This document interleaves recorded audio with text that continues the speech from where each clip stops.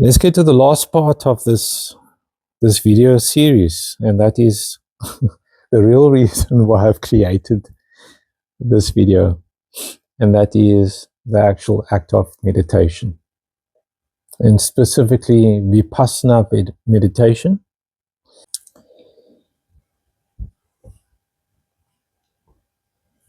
So Vipassana meditation is essentially a type of meditation. Vipassana meditation is also called insight meditation. It is, as I have personally experienced, quite a grueling and intense practice of meditation, and I'm very glad that I have done it. It was absolutely necessary.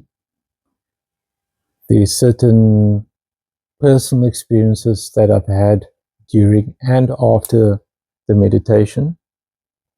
The discharging of certain emotions, as you saw earlier when I spoke about my mother, was one of them. That was repressed emotions. Too much repression does breed other problems in one's life.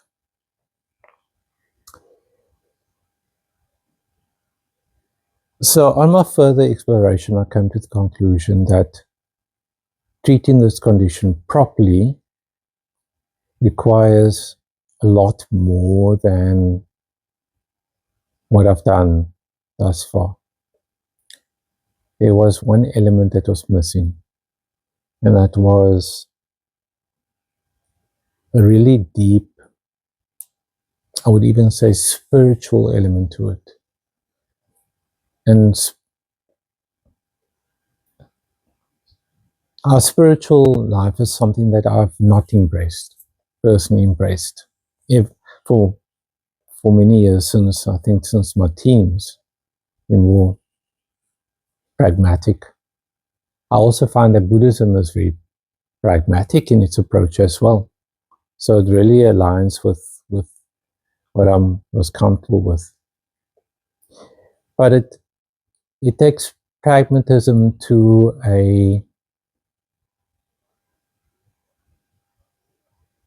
more truer sense, for us to be more truthful to ourselves and more honest with ourselves.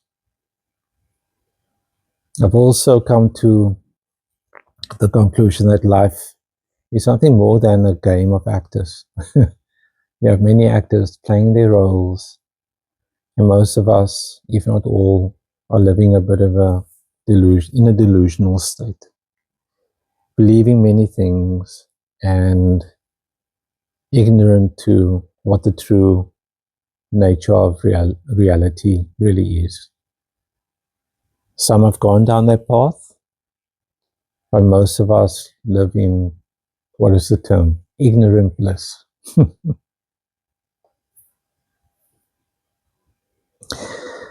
So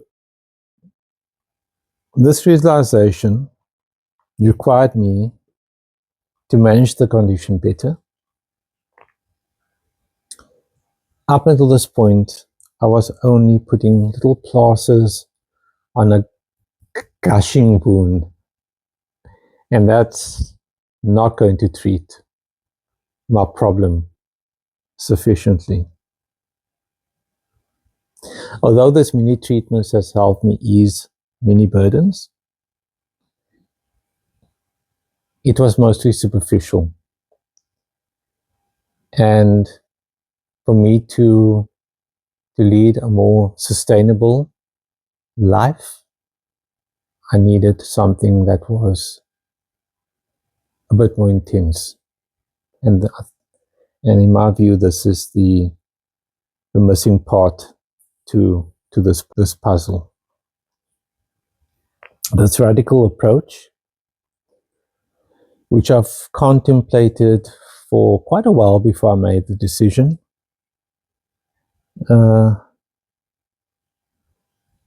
required of me to search deeply and to consider whether this is something I want to do. Meditation was something that I practice very casually, maybe once twice a week. I was doing it very religiously, and I found it very useful. But that was not enough. There are other types of meditation that requires a great deal of effort, work, and that's what Vipassana or insight meditation is. So on the silent meditation retreat, it is not easy, as I've discovered. I've been informed that it's not easy. Mine was a 7-day Vipassana, and you can do it in 7 days. There's even a teaching by the Buddha that says you can reach enlightenment within 7 days. 7 weeks or 7 months. It depends on the person. But that was not the intention here. I'm new to this, and it's the beginning of my journey into meditation. And that's with the sole purpose of addressing this condition that I have. I've also heard that it's very challenging for people because of the intense nature of the practice, and to go inwardly and to explore your inner life, as I've personally come to experience, is by no means an easy feat. When I arrived, it was day 0, and day 0 is essentially the day that I also recorded the pre-Vipassana videos that by now should be out and live, and you can access it. It was pretty long, as this is going to be turning out to be 4 hours. So I'm going to be spending a great deal of time editing this video, and I recorded the pre-Vipassana video on day 0. I then watched the day 0 discourses. I set up everything in the place I was staying, my meditation space. I also set up a chair. I took it away now. I set up a chair for chair meditation. So I alternated between floor and chair or seated meditation. And then at some points in the early stages of Vipassana, I did walking meditation, and I'm not too sure whether many of you are aware of walking meditation. It's quite an interesting form of meditation. I was first introduced to that by my teacher in Thailand. We did walking meditation on the beach. It was quite an experience. I've never experienced that before. But I did a bit of walking meditation on the Vipassana. So what does the ordinary day look like? I was a bit more kind on myself. In the 10-day retreats, it runs from 4 a.m. to 9 p.m. So I was a bit more kinder. It was still intense, and perhaps it was best that I took a more lighter approach to it. But now that I've completed this 7-day Vipassana, I'll be doing Vipassana every single year from now on. A friend of mine asked me, so will you do it again? I said, yes, definitely. Next year, I'll be doing the 10-day Vipassana. It wasn't easy than if you had to go to retreat. There's a lot more structure provided for in the retreat. You are bound by the the boundaries that is put in place by the individuals that are running the retreat. In this case, I had to put my own structures in place. And I must be honest, I'm quite pleased that I have observed all the restrictions that are put in place without fail. So I'm quite pleased with myself. What does my day look like? Waking up at 5 a.m. in the morning, shower, and a short yoga asana. If you watched the previous video, you may recall that I mentioned that I come to the realization that yoga asana, or the postural type of yoga, so the yoga poses, is greatly beneficial for, and maybe its truest intent was to aid in meditative practices. The ascetics also use it for their reasons, but for me it made sense that it aided in the meditation practice. So following asana, I then attended to a morning chant, which is quite lovely. At the meditation center close to where I stay, there are times during the week that I attend evening chanting, and it's really a wonderful experience to have. So I attend to morning chanting, and then I also observe what is referred to as the precepts. So the chanting and the precept observation includes the following. There's the honoring of the Buddha, or the Enlightened One, the Dhamma, the teachings, and the Sangha, which is essentially the monastic community. Just want to be clear, it's not praising anyone. We're honoring the goodness that each of those, the Buddha, the Dharma, and the Sangha, have brought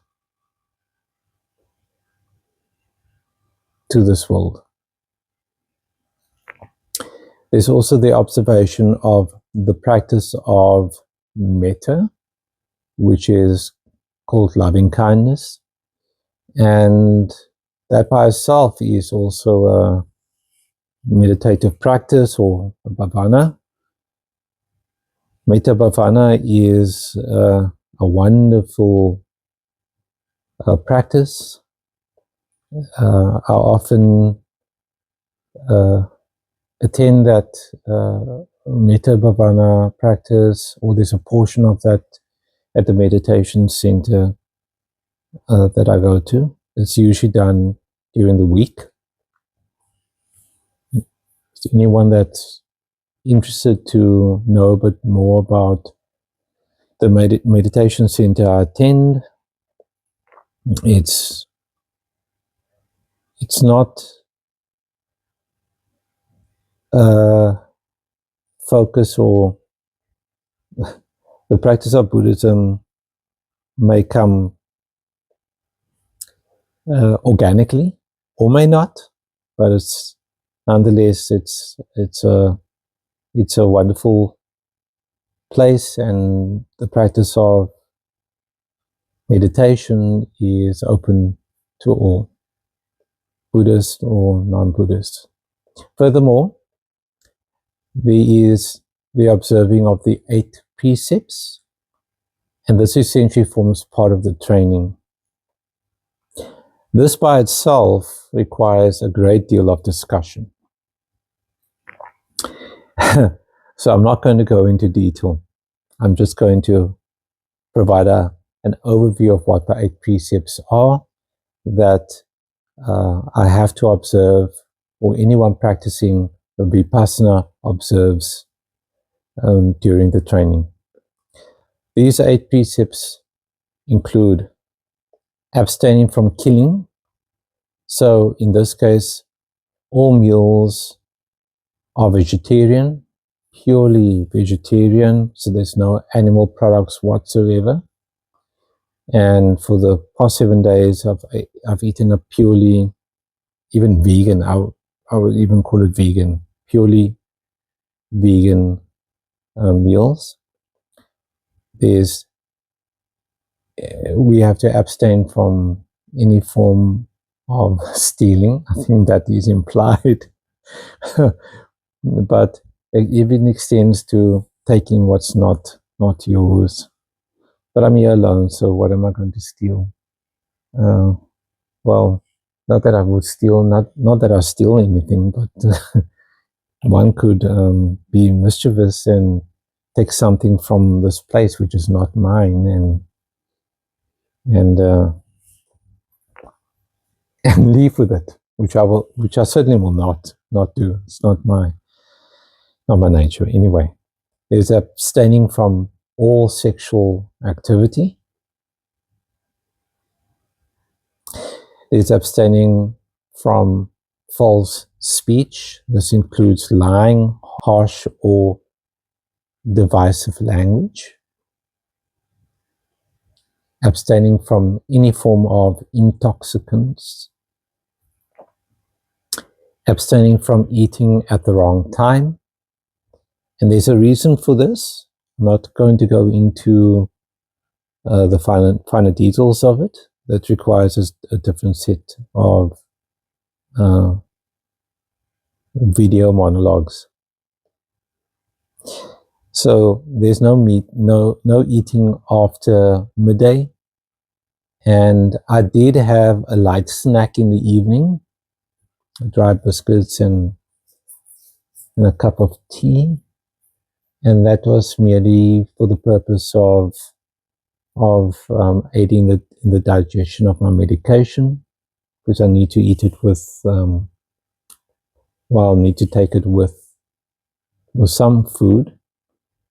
But it's also accepted practice that for first timers at a 10-day Vipassana retreat, that there's a light snack that is given in the evenings.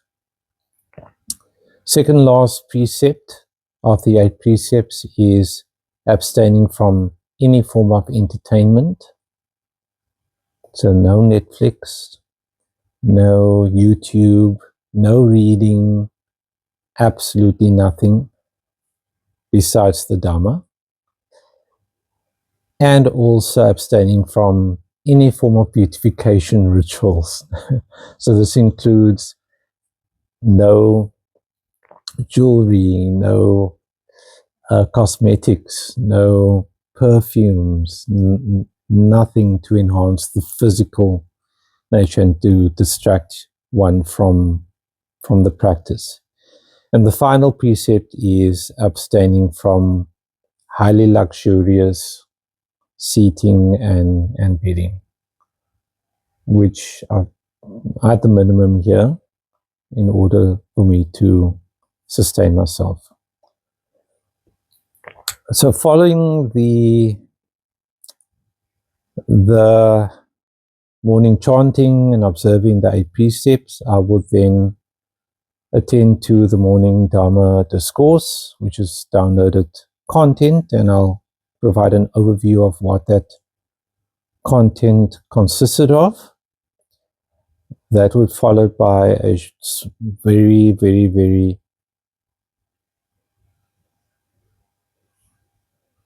short period to have a breakfast.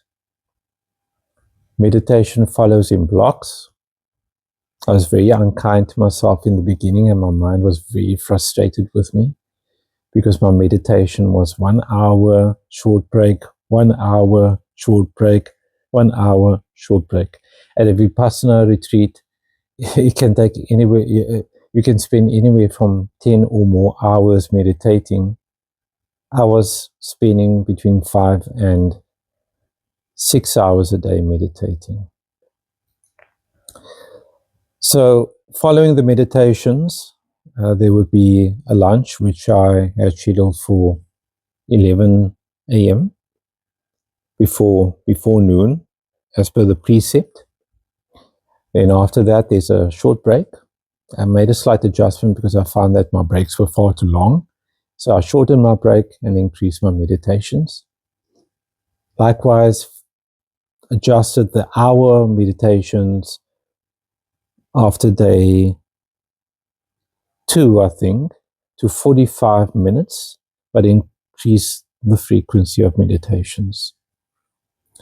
So after lunch, there's meditation in blocks with rest, and I did some yoga, asana, just to keep the body supple.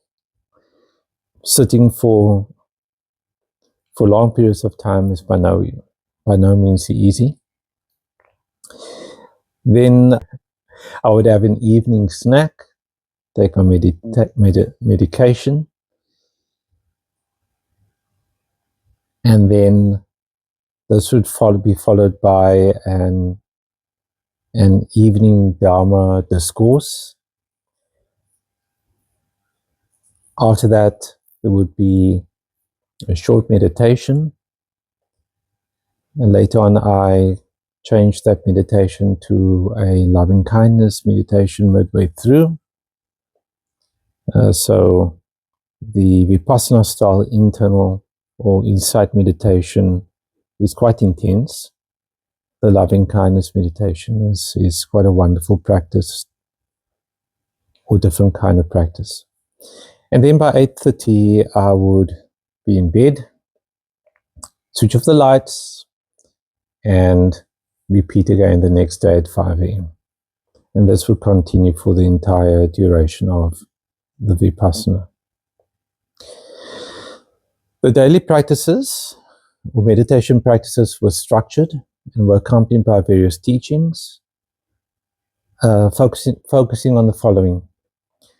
Day 0 would be the introduction to what is called sati, and some of you may pick up that term because there was a character in the Matrix, and what you may not know is that essentially the movie The Matrix has some Buddhist elements embedded within it, and one of the characters in Matrix is, her name was Sati, little Indian girl. Sati Pataha, which is essentially the establishment of mindfulness, virtue, silence, and a brief introduction into meditation, walking meditation. There was further enhancements to walking meditation, I think, after day 3. Some changes made to the walking meditation. But there was a basic introduction to walking meditation on day 0. Day 1, the morning, there was clear seeing insight into meditation practice. That was the talk of the morning. And then in the evening, the discourse was focused on wise attention, postures, and daily activities. So I must be honest, I found sitting on the meditation cushion on the floor continuously throughout the day extremely uncomfortable, and my mind made it quite clear that there was a distinct dislike for it, amongst other things. And I'll discuss my experience very briefly after I've gone through the discourses. I alternated then from floor meditation to seated meditation, and that worked very, very well. The one is no better than the other.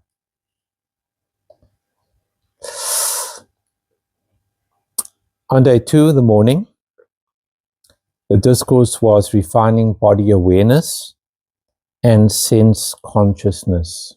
So on that first day, all that I did, as I told a friend earlier, was observing the rise and the fall of the breath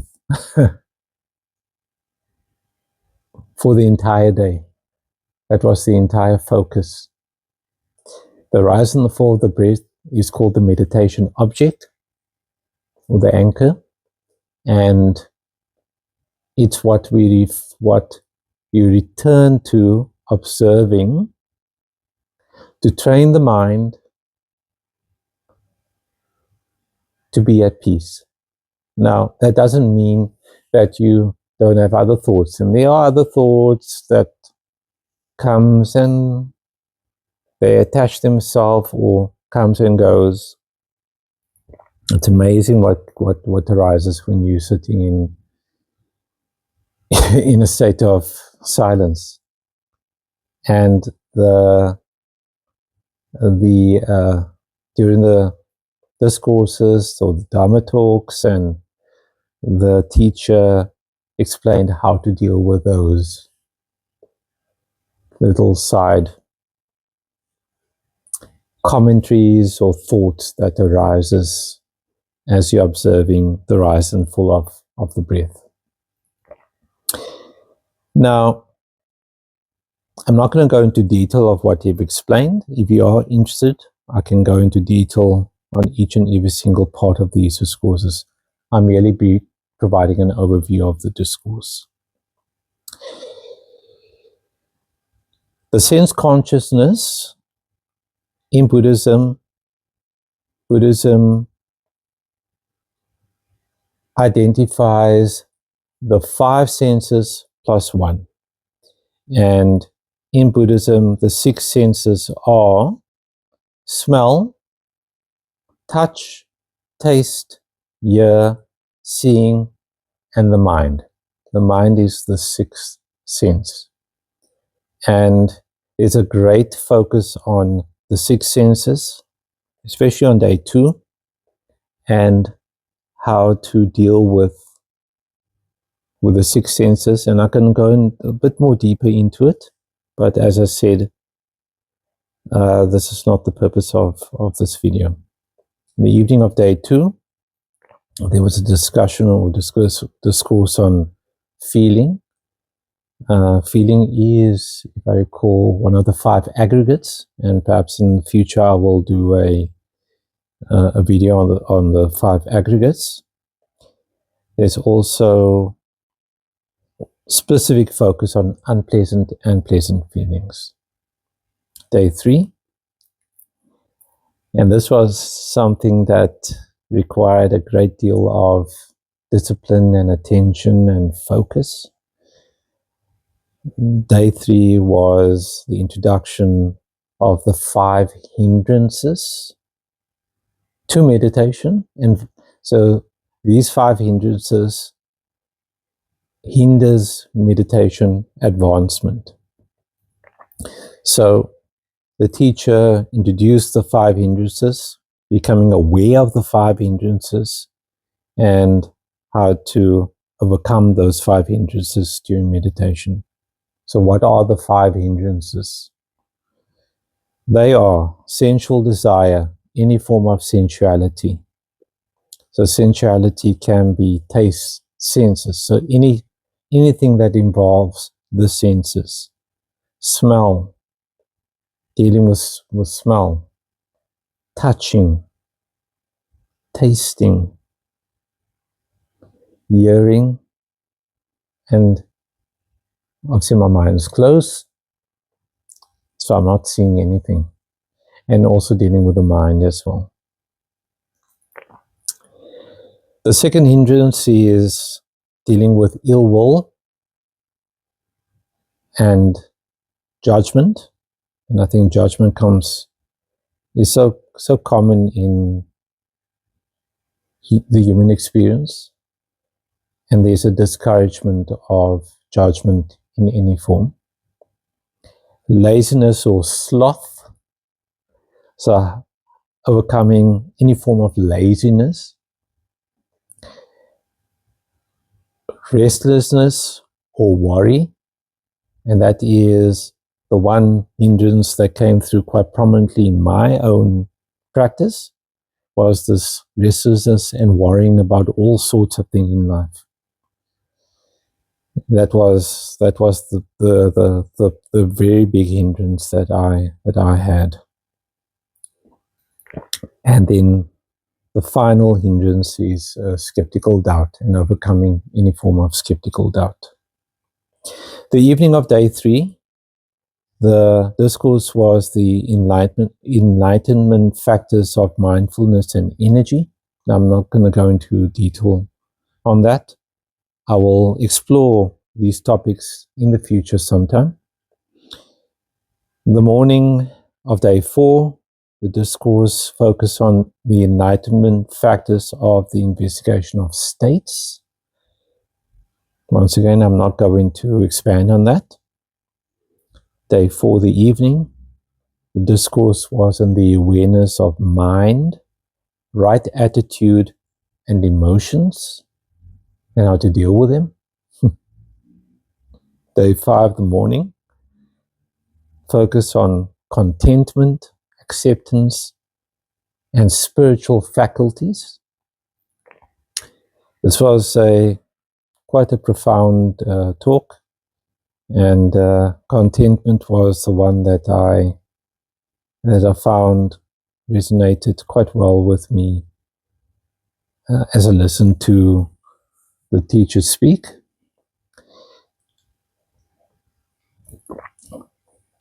Day 5 focused on the first of the Noble Truths. So I've already discussed the Noble Truths, but the days that followed, those discourses focused on the Noble Truth in a great level of depth. Day 6, the morning, focused on the enlightenment factors of rapture, tranquility, and concentration. So that was something very interesting for me. I experienced something very interesting during the meditation practice in terms of this enlightenment factor. Day 6 focused on the second and the third Noble Truth, and it's here that the teacher introduced the concept of dependent origination. It's a very big concept in Buddhism, and I may do a video on dependent origination. If you are interested to know what dependent origination is, it's essentially one of the foundations of Buddhist teaching, and there's a lot of information on it online. But I certainly will do a video on dependent origination in the future. The final day, the morning, the discourse was on the enlightenment factor of equanimity. So essentially reaching a point of an equanimous state. And what that means is essentially balance.